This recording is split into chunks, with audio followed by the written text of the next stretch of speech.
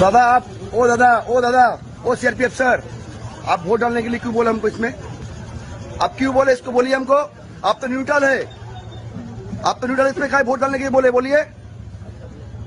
आप बीजेपी के लिए प्रचार कर रहे हैं क्या? आप क्यों हमको बोले इसमें वोट डालने के लिए? बोलिए, काय चल जा रहे? बोलिए, काय बोले आप?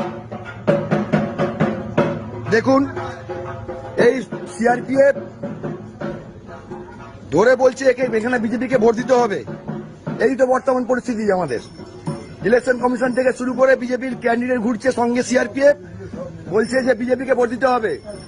যখন আমি ধরলাম তখন বলছে না না ভোট দেওয়া নেই, আমার সামনে ছিল, এর সামনেই বলেছে। তোমার সামনে বলেছে কিনা বলো যে ভোট দিতে হবে? বলছে কমিশনের সঙ্গে যে লোক ঘুরে এখানে বিজেপির ক্যান্ডিডেট সঙ্গে যে ঘুরছে সিআরপিএফ, সে বলছে বিজেপিকে ভোট দিতে হবে।